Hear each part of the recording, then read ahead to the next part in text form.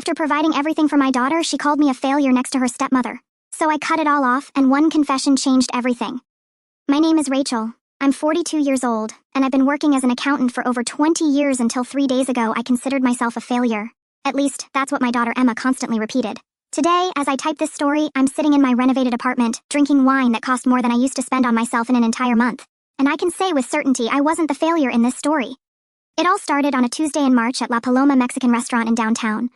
I had invited Emma for lunch in a desperate attempt to reconnect our relationship, which seemed more distant with each phone call. She was in her second year at Northwestern University, a university that I religiously paid for, dispersing $28,000 per year from my hard-earned accountant's salary. Emma arrived 20 minutes late, as always, wearing a dress I didn't recognize. Probably a gift from Olivia, my ex-husband Matthew's new wife. She barely greeted me, already sitting down and fiddling with her phone as if I were an inconvenient interruption in her schedule. "Mom, I need to talk to you about the car," she said without even raising her eyes from the screen. "That Toyota you gave me is embarrassing me on campus. Olivia said she can help me get something better." I felt my stomach twist.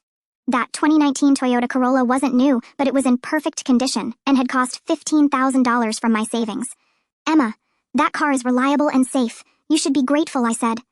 She finally raised her eyes, and the expression I saw there cut me like a knife. "Mom, you don't understand. Olivia drives a convertible Mercedes. She understands what it means to have style, unlike you."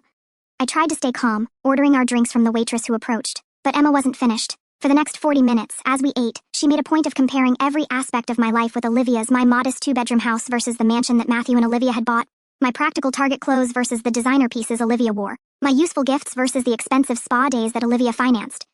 "You know, Mom," she said, chewing her quesadilla, "sometimes I wonder how you and Dad ended up together. He clearly evolved, found someone who understands what success in life is. Olivia has class, has ambition. She's not a failure like..." She stopped, looked around, and realized other people were listening, but the damage was done. The word failure echoed across the table like a slap in the face. "Like me," I completed, my voice coming out lower than I intended. Emma shrugged as if she were just stating an obvious fact. "Don't take it personally, Mom. It's just that Olivia really has it all together. She's inspiring." I paid the bill in silence, ignoring the curious glances from other customers. I dropped Emma off at the dorm without saying a word and drove home with trembling hands on the wheel. That night, sitting alone in my kitchen, looking at the piles of bills I paid monthly, including my ungrateful daughter's university tuition, I finally understood something I had denied for 4 years. 4 years. That was how long it had been since Matthew left me for Olivia, his 28-year-old secretary. 4 years since my life had become a roller coaster of alimony payments, educational expenses, and the slow erosion of my self-esteem. 4 years watching Matthew rebuild his life with a woman who hadn't contributed a penny to raising our daughter but who now reaped all the benefits of being the fun mom. I remember perfectly the day he left me. I was organizing Emma's 16th birthday party, worried about every detail, when he simply announced that he had found his true happiness. Olivia was pregnant, a pregnancy that I later discovered had begun months before he told me about the affair. The divorce process was brutal. Matthew, who had been a mediocre husband and an absent father, suddenly became man of the year. He fought for custody not because he wanted to be a father, but because Olivia had painted a fantasy of a perfect family in his mind. I ended up with shared custody, but in practice, Emma spent more and more time at his house. The house that I had helped pay for during 15 years of marriage became his and Olivia's property. I moved to a rented apartment and watched my teenage daughter become dazzled by the glamorous life that Olivia offered. Spa days, shopping at expensive boutiques, vacations at resorts, all financed by the salary that Matthew earned as a sales manager, the same job he had throughout our marriage, but which now mysteriously seemed to yield much more. What Emma didn't know, and what I never had the courage to tell, was that I paid much more than just her education. The divorce agreement stipulated that I pay child support until she turned 21, as well as cover all medical, educational, and transportation expenses. Matthew contributed $300 a month, a ridiculous amount that barely covered a week of expenses with Emma. While Olivia flaunted her $1,000 dresses and took Emma to 5-star restaurant lunches, I was working overtime to keep my daughter's health insurance active. While they took pictures at luxurious spas to post on Instagram, I was saving every penny to ensure that Emma had everything she needed at university. But in my daughter's mind, I was the failure. I was the mother who gave boring gifts like books and practical clothes. I was the one who worried about budgets and bank accounts. I was the one who said no when she wanted something extravagant. Olivia was the one who said yes to everything because she didn't have to pay the real bills. That night, after the humiliating lunch, I did something I had never done before. I called my sister Megan, who lived in Portland, and unburdened myself. For 2 hours I told her everything, years of unrecognized sacrifices, of being treated like an emotional ATM, of watching my daughter despise me while idolizing a woman who had never sacrificed anything for her. "Rachel," Megan said, her voice firm through the phone, "you realize you're being used, don't you? You realize they've created a system where you pay for everything, and Olivia takes all the credit." I knew. I always knew. But admitting it meant admitting that I had failed as a mother, that I had raised a daughter who didn't respect me. It meant admitting that 20 years of sacrifices had been in vain. What do I do, Megan? She's my daughter. I can't just stop. Of course you can, she interrupted me. Emma is 20, Rachel. She's an adult, and adults need to understand that actions have consequences. I hung up the phone at 2 in the morning but couldn't sleep.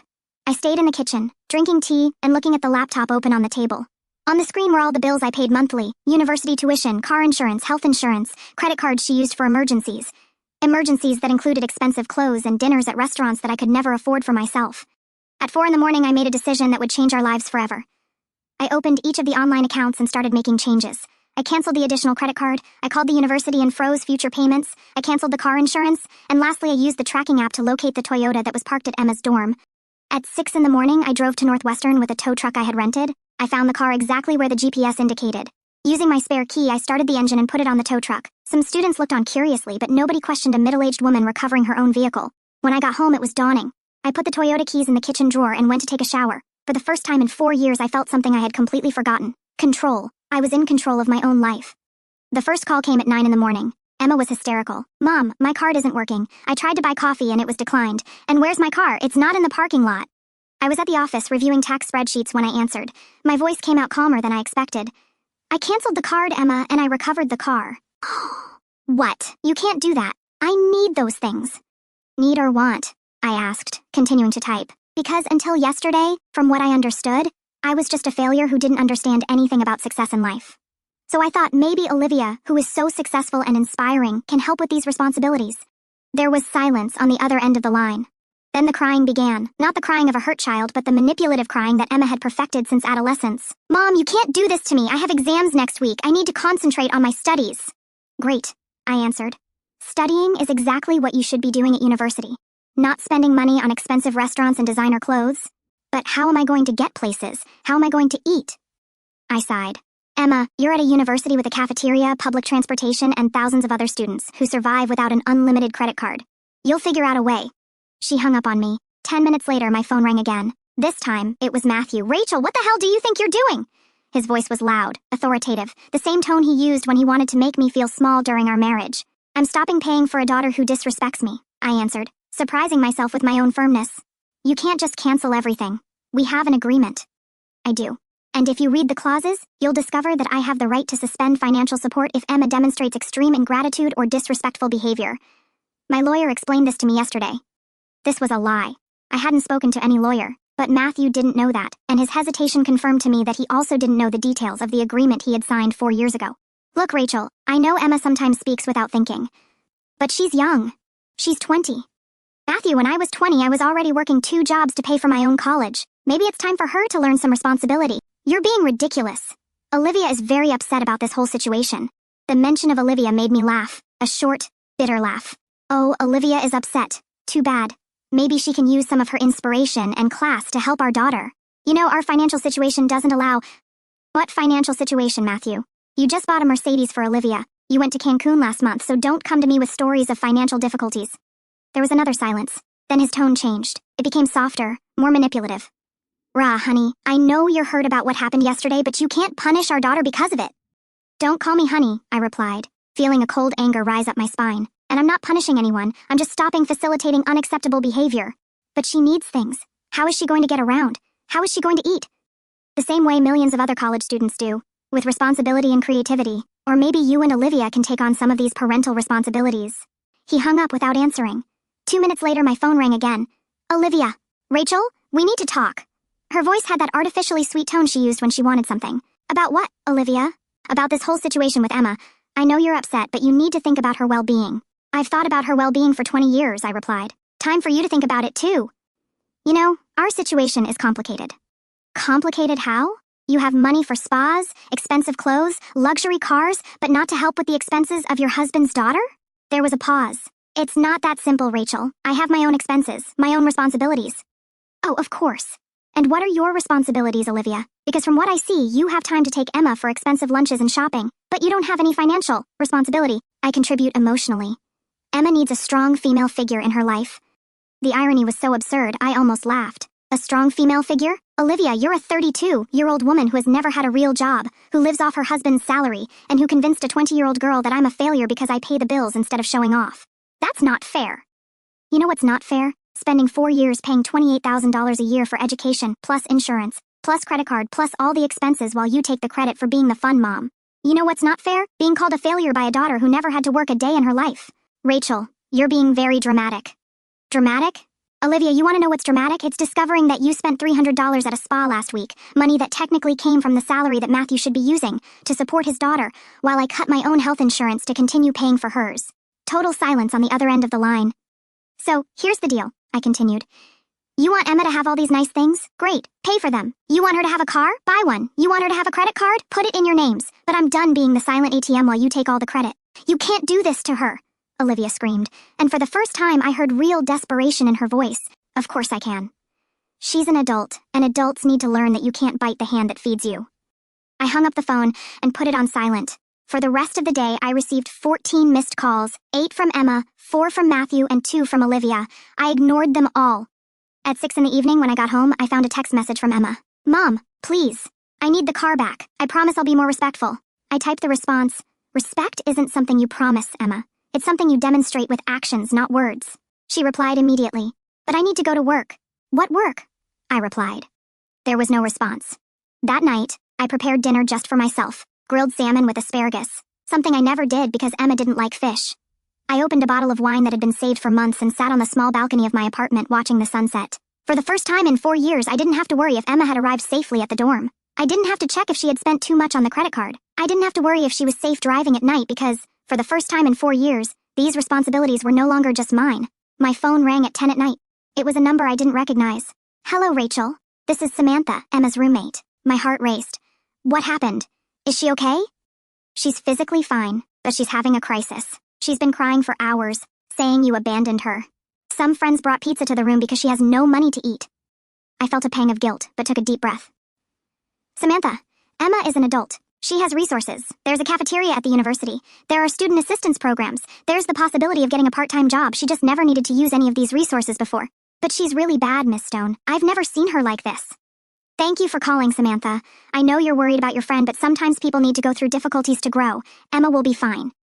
When I hung up, my hands were trembling. Part of me wanted to run to the car, drive to the dorm, and fix everything. But another part, a part that had been silent for a long time, reminded me of the words Emma had said at the restaurant. Failure. No, I wasn't a failure. I was a woman who had raised a daughter, supported a family, maintained a stable job for 2 decades, and survived a devastating divorce. I was a woman who had been disrespected and humiliated, but who still had enough strength to defend her own dignity. Emma needed to learn that actions have consequences, and I needed to learn that it was my responsibility to protect her from all the consequences of her own choices. I finished my wine and went to bed. For the first time in months, I slept through the night without interruptions. The weekend passed in relative silence. My phone kept ringing, but I had blocked the numbers of Matthew, Olivia, and Emma. I needed peace to think, to process what I had done, and more importantly, to decide how to move forward. On Saturday, I did something I hadn't done in years. I went to the mall alone, not to buy anything necessary, but simply to look at the store windows and remember what it was like to have time for myself. I stopped in front of a women's clothing store and realized I hadn't bought anything for myself besides basic work clothes in more than 2 years. I entered the store and tried on a navy blue dress. It cost $150, exactly what I spent on Emma in a typical week. I bought it without hesitation. On Sunday, I called Megan. She answered on the second ring. How are you feeling? She asked immediately. Scared, I admitted, but also free. It's strange. Has Emma called you? She tried. I blocked her number. Good. Rachel, do you think you did the right thing? I mean, she's your daughter. Rachel, stop. She's your adult daughter. There's a difference. You raised a capable, intelligent, and healthy person. Now it's time for her to prove it. But what if she really can't make it on her own? What if? What if she can? What if she discovers she's stronger than she thought? What if she learns to value what you did for her all these years? I spent Sunday cleaning the apartment, something I always did hurriedly between calls from Emma or worries about her needs. This time, I cleaned every corner calmly, putting on loud music and even dancing a little. When I finished, I looked around and realized that my apartment was small but cozy. It was mine. On Monday, I was returning from work when I found Matthew waiting in the parking lot of my building. He looked tired, older than I remembered. We need to talk, he said, getting out of the car. No, we don't, I replied, walking past him towards the entrance. Rachel, please. 5 minutes. I stopped but didn't turn around. 5 minutes.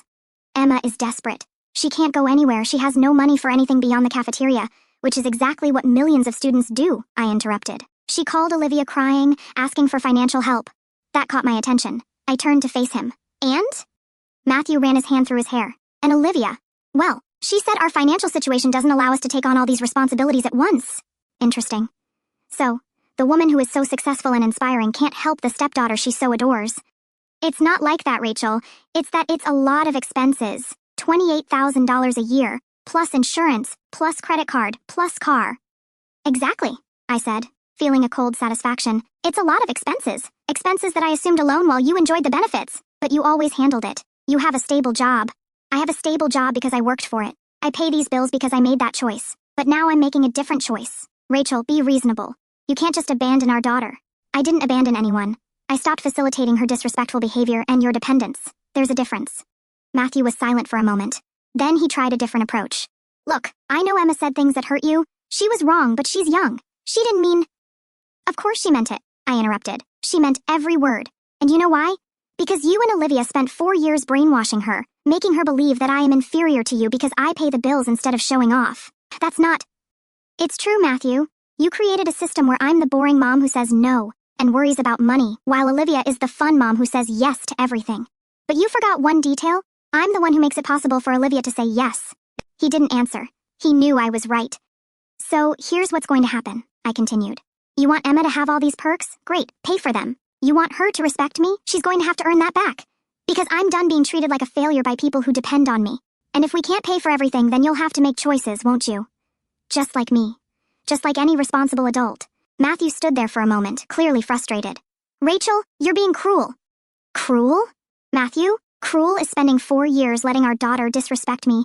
Cruel is allowing your wife to humiliate me indirectly through our daughter.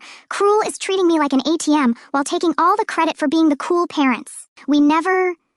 Of course you did. When was the last time Emma thanked me for paying for her education? When was the last time she acknowledged that I sacrificed my own quality of life to give her opportunities that I never had? When was the last time you included me in any important decision about her life?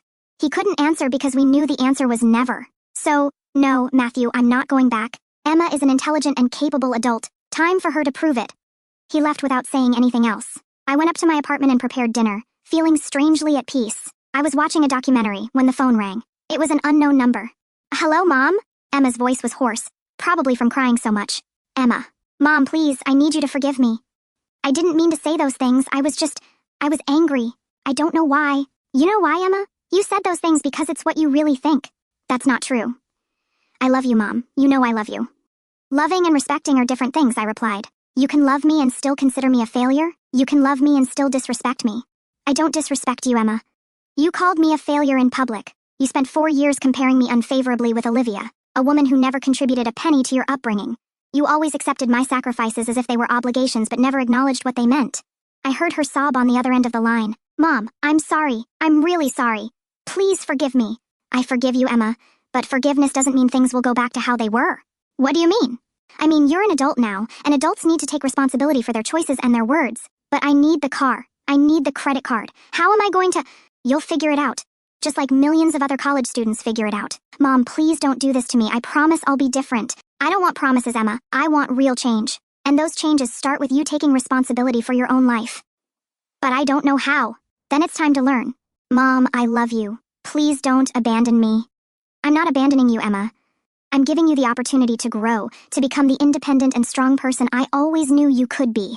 But what if I can't do it? Then you'll discover that you're stronger than you think, just like me. I hung up the phone and cried.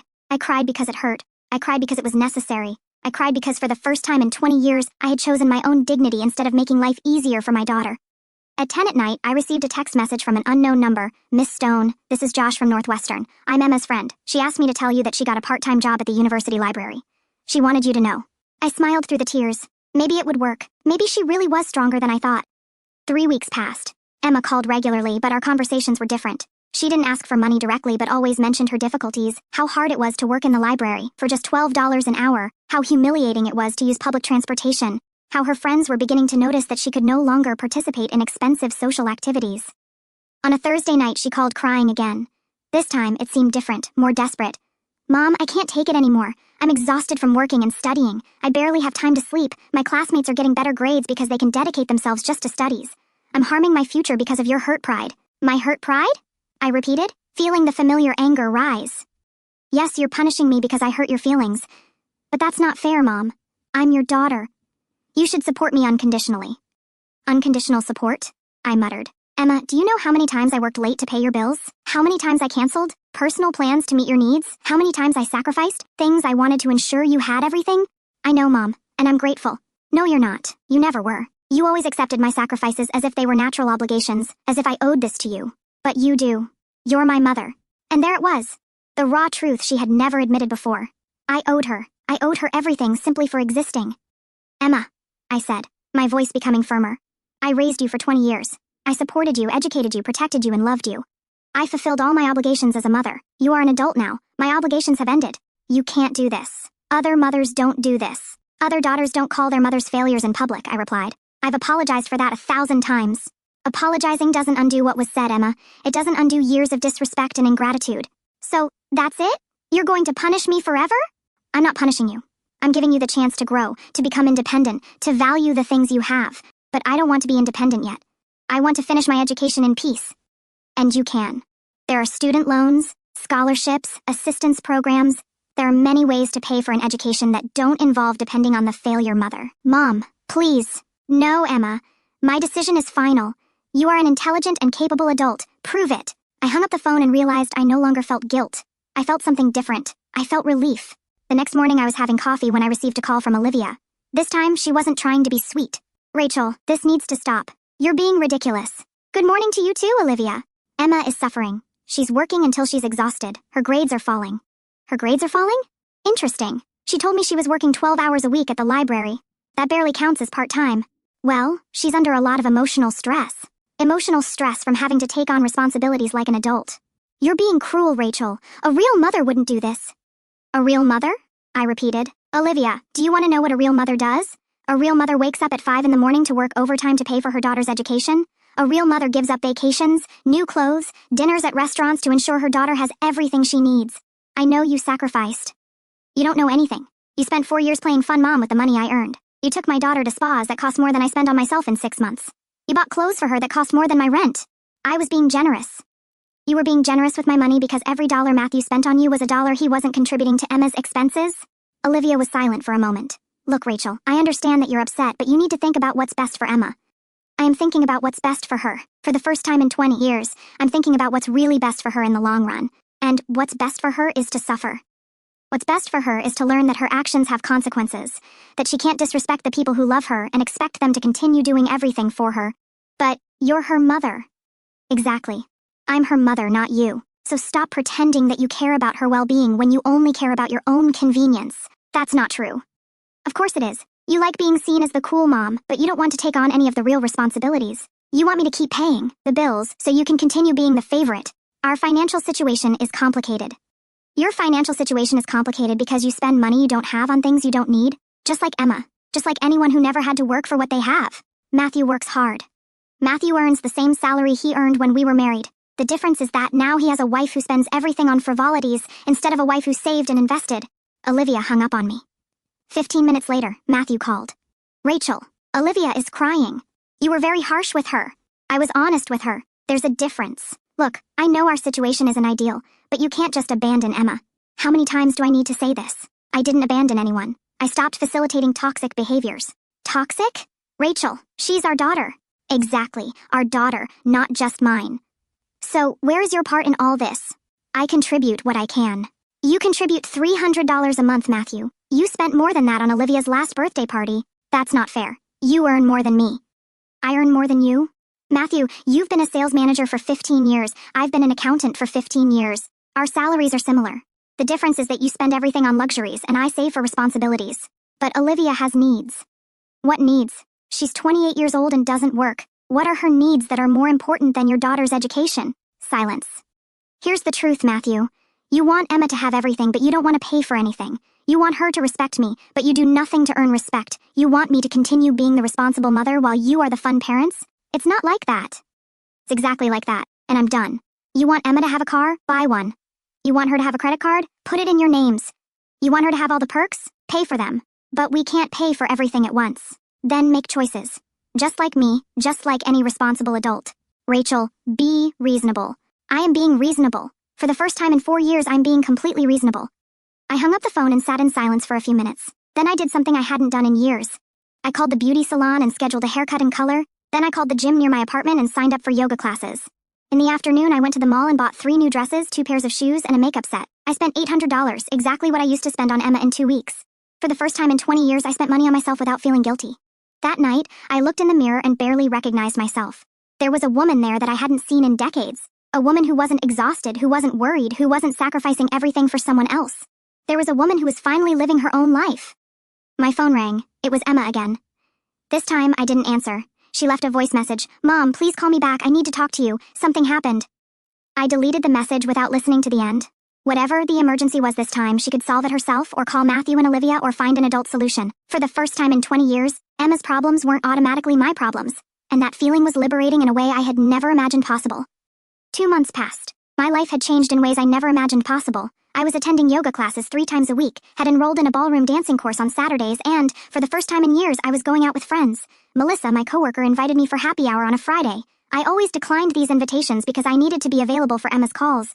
This time, I said yes. "Rachel, you're different," Melissa commented as we drank martinis in a sophisticated downtown bar. "More present, more you. More me," I repeated, smiling. Funny, I had forgotten who me was without just being Emma's mom. "And how does it feel?" "Scary," I admitted, but also free. It was that night that I met Steve. He was at the bar with coworkers, an architect, 45 years old, with a smile that made me feel butterflies in my stomach for the first time in a decade. "Can I offer you a drink?" he asked when Melissa went to the bathroom. "I already have one," I replied, raising my martini. "Then can I keep you company while you finish it?" We talked for 2 hours. He was intelligent, funny, and treated me as if my opinions were important. When he asked for my number, I hesitated for only a second before saying yes. "Do you have children?" I asked when he called me the following Sunday. "I have a 16-year-old son. He lives with his mother, but I spend weekends with him." "And you?" "I have a 20-year-old daughter. She's in college." "Ah, so you're in the empty nest phase. How are you handling it?" "Better than I expected," I answered, and realized it was true. Our first date was dinner at an Italian restaurant. Steve was a gentleman. He opened the car door for me, pulled out my chair, and asked about my work, my hobbies, my dreams. How long had it been since someone asked about my dreams? "You seem surprised," he commented when I told him about my recent promotion at work. Surprised about what? About the fact that someone is interested in you as a person, not just as a mother. He had hit the nail on the head. During our marriage, Matthew never showed real interest in me as an individual. I was the wife, the mother, the person who organized his life. My identity had become totally defined by what I did for others. "You're right," I admitted. "It's been a long time since someone has seen me as Rachel, just Rachel." "Well, I'd like to get to know this Rachel better," he said, taking my hand. Meanwhile, Emma's calls continued but were less frequent. She had stopped crying and begging, replacing this with a more resentful tone. "Mom, I hope you're happy," she said on a Tuesday night. "I got a student loan to cover the expenses you refused to pay." "Great," I replied. "That's exactly what you should have done from the beginning. You don't understand. I'll leave college owing $50,000. This will affect my entire life. Emma, most college students leave owing money. It's normal, but it didn't have to be this way. You could have continued helping." "I could have, but I chose not to." "Why? Just to punish me?" "To teach you independence. To teach you responsibility. To teach you that you can't treat people badly and expect them to continue making your life easier." "But $50,000, Mom?" "It's less than I've already spent on you in the last 2 years," I replied calmly. "And at least now you'll value your education because you're paying for it." "You've changed," she said. And there was something different in her voice. It was no longer desperation or anger. It was recognition. "Yes, I changed. And that change is permanent. I'm going to have to work for years to pay this off. Welcome to adult life, Emma." She hung up without saying goodbye. I wasn't bothered by it. She was beginning to understand that her situation wasn't temporary, that I wouldn't go back on my decision, that she really would have to take responsibility for her own life. 3 weeks later, I was leaving the cinema with Steve when my phone rang. It was Matthew. "Rachel, we need to talk urgently." "No, we don't," I replied. But there was something in his voice that made me hesitate. "What happened?" "Olivia is pregnant again." I stopped in the middle of the sidewalk. "And?" "And our financial situation is going to get even more complicated. We won't be able to help Emma with anything in the coming years." "Matthew, that's not my problem." "But it's Emma's problem. She's counting on our help." "Then maybe you should have thought about that before deciding to have another child." "Rachel, be understanding. You know how expensive it is to have a baby." "I know. I had a daughter and raised her alone for 20 years. You didn't raise her alone." "Of course I did. Financially, emotionally, practically. You were physically present, but I did all the heavy lifting." "That's not true." "It is true, Matthew, and you know it is. So don't call me asking for understanding for a situation that you created.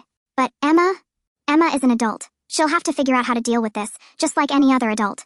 Rachel, please. No. You made adult decisions. Now deal with the adult consequences.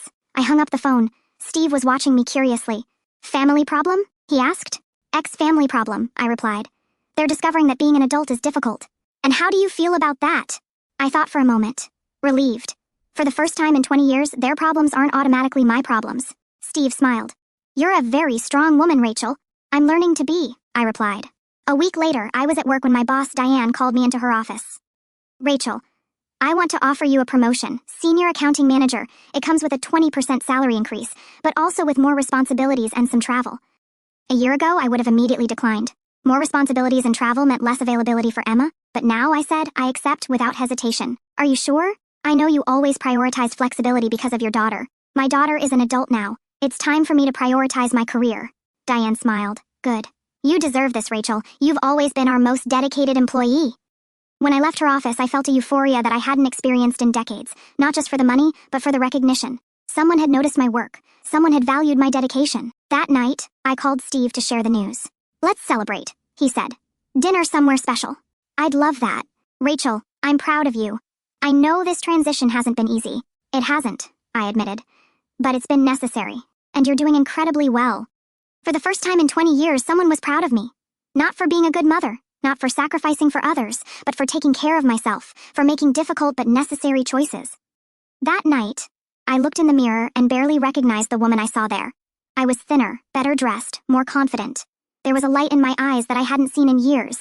I was finally living my own life, and it was a good life. My phone rang. It was Emma. This time I answered. Mom, I heard you were promoted. Congratulations. Thank you, I replied, surprised by the genuineness in her voice. I wanted to talk to you about some things. Can I visit you this weekend? Sure, but it will have to be Saturday afternoon. I have plans on Friday and Sunday. Plans? I'm dating someone, and I have dance class on Sundays. There was a long silence on the other end of the line. Mom, you really have changed, haven't you? Completely, forever. Another silence. Okay, I'll come on Saturday afternoon.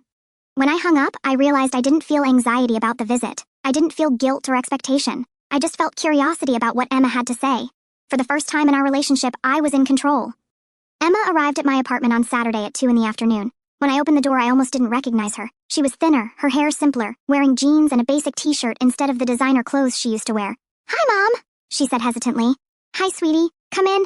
She looked around the apartment and stopped. Wow, you redecorated. I renovated some things, I replied casually. I had bought new furniture, painted the walls, and bought artwork. The apartment was unrecognizable. More adult, more elegant, more mine. It's beautiful, she said, and for the first time in years, I heard genuine admiration in her voice. Very sophisticated. Thank you. Would you like coffee or water? Coffee is good. I prepared coffee in my new machine, a gift I had bought for myself, and we sat in the living room. Mom, I wanted to apologize to you, Emma began, her hands shaking slightly. Not just for what I said at the restaurant, but for everything, for how I treated you all these years. It's okay, I replied, keeping my voice neutral. No, it's not okay. I was horrible to you. I said terrible things. I disrespected you. I treated you as if you were an employee, not my mother. You're right, I agreed. You treated me badly. She seemed surprised by my direct honesty. I think I didn't realize how much you did for me, how much you sacrificed. Didn't realize or didn't want to realize? Probably didn't want to, she admitted. It was easier to see you as the boring mom who worried about money than to acknowledge that you were holding my entire life in your hands. And now, I'm living on my own for the first time. I'm working 20 hours a week, studying, paying my own bills, and it's much harder than I imagined. Welcome to adult life. Mom, I understand why you did what you did. You were trying to teach me responsibility. I was trying to teach myself self-respect, I corrected. Responsibility is a bonus. Emma was silent for a moment. You're really not going to go back on this, are you? No. Even if you beg. Even if you promise you'll be different. Even then. Why? I sighed. Emma, you're 20 years old. In the next few years you'll graduate, get a job, maybe get married, have children. You'll build an adult life. I also deserve to build an adult life. But you've always been an adult. No, I've always been a mother. There's a difference. In the last 6 months, for the first time since you were born, I'm being Rachel. Not Emma's mom, just Rachel. And I like who Rachel is. And who is Rachel? I smiled. Rachel is a woman who works hard, who has professional ambitions, who likes to dance, who is in a healthy relationship, who has friends, who spends money on herself without feeling guilty. Are you dating seriously? Yes. Steve is an architect. He's kind, intelligent, and treats me as if I were important. I always treated you as if you were important, she protested. You treated me as if I were useful. There's a difference. Emma started crying. Mom, I'm sorry. I'm really sorry. Can you forgive me? I already forgave you, Emma. But forgiveness doesn't mean forgetting. It doesn't mean things will go back to how they were. Then how will they be? We'll have to figure it out. You're an adult. I'm an adult. We can have an adult relationship based on mutual respect. But I'm still your daughter. Yes, you are. And I still love you. But you're no longer my responsibility. You're your own responsibility. Emma wiped her eyes. I got a loan to cover the rest of college. I'll graduate owing $50,000. How much do most of your classmates owe? About that, she admitted. Then you're average. It's not the end of the world. Dad said he can't help because Olivia is pregnant again. I heard. And how do you feel about that? Betrayed, she said honestly. I always thought they would help me if you didn't help. But when it came time to really pay the bills, they found excuses. And has that taught you anything? It taught me that Olivia isn't as perfect as I thought. It taught me that it's easy to be generous with other people's money. And about you, Emma hesitated. It taught me that you weren't the failure in this story. It taught me that you held everything in your hands, and I didn't even realize it. And now I realize it, and I'm sorry it took me so long to realize it. We spent the rest of the afternoon talking. Emma told me about her job, her studies, how she was learning to manage money. I told her about my promotion, about Steve, about my dance classes. You seem happy, she observed when she was getting ready to leave. I am happy, I replied. For the first time in a long time. Do you think we can try to have a normal relationship as adults? We can try, I agreed. But it will be different, Emma. I won't be your financial safety net anymore. I won't put my life aside for your needs anymore. I won't accept disrespect anymore. I understand, she said, and I accept. We'll see, I replied. A year has passed since that day at the Mexican restaurant. I'm sitting on the balcony of my new apartment. Yes, I moved to a bigger and nicer place, drinking my morning coffee while I write this story. Emma graduated last month. She got a job at a marketing company in Chicago, earning a decent salary for a recent graduate. She still owes $50,000 in student loans, but she has a plan to pay them off in 10 years. She's living with 2 coworkers in a small but tidy apartment. Our relationship has completely changed. We talk once a week, always on Sunday afternoon. She tells me about work, I tell her about my life. There's no more drama, no more requests for money, no more comparisons with Olivia. There's mutual respect. Last month, she sent me a Mother's Day card. Inside, there was a 3-page letter thanking me for everything I did for her over the years. She wrote, Mom, I know I was terrible to you for a long time. I know I didn't value your sacrifices. I know I hurt you deeply, but I want you to know that today at 21, I finally understand what you did for me. You gave me everything, education, opportunities, unconditional love, and when I disrespected you, you still gave me the most important lesson of my life, that I am strong enough to take care of myself. Thank you for not giving up on me, even when I gave up on you. I cried when I read it, not from sadness, but from relief. My daughter had finally grown up. Steve and I are engaged. He proposed last month during a trip to Napa Valley, a trip I would never have taken when all my energy and money were dedicated to Emma. We're getting married in the fall in a small and elegant ceremony. Emma was genuinely happy when I told her about the engagement. Mom, you deserve to be happy, she said. You deserve someone who values you. There was no jealousy, no drama, just adult support. Matthew and Olivia had their second child, a boy they named Ryan. I heard they're having financial difficulties. Olivia had to go back to work part-time at a department store. The reality of life with 2 children, a high mortgage, and excessive spending finally caught up with them. Emma told me that Matthew called her a few weeks ago asking if she could lend money to help with the baby's expenses. She said, No. Dad, I earn an entry-level salary and have student loans to pay, she explained. I can't help financially. He was upset, but she maintained her position. My daughter had finally learned to set boundaries. As for me, I'm a completely different person. I was promoted again at work. Now I'm the accounting director. I earn more money than I ever imagined possible. I travel for work regularly, something I always wanted to do but never could, because I needed to be available for Emma. I have an active social circle. I go out with friends regularly, participate in a book club, and still take dance classes. Steve and I travel together, go to concerts, and dine at sophisticated restaurants. I have a full and rich life.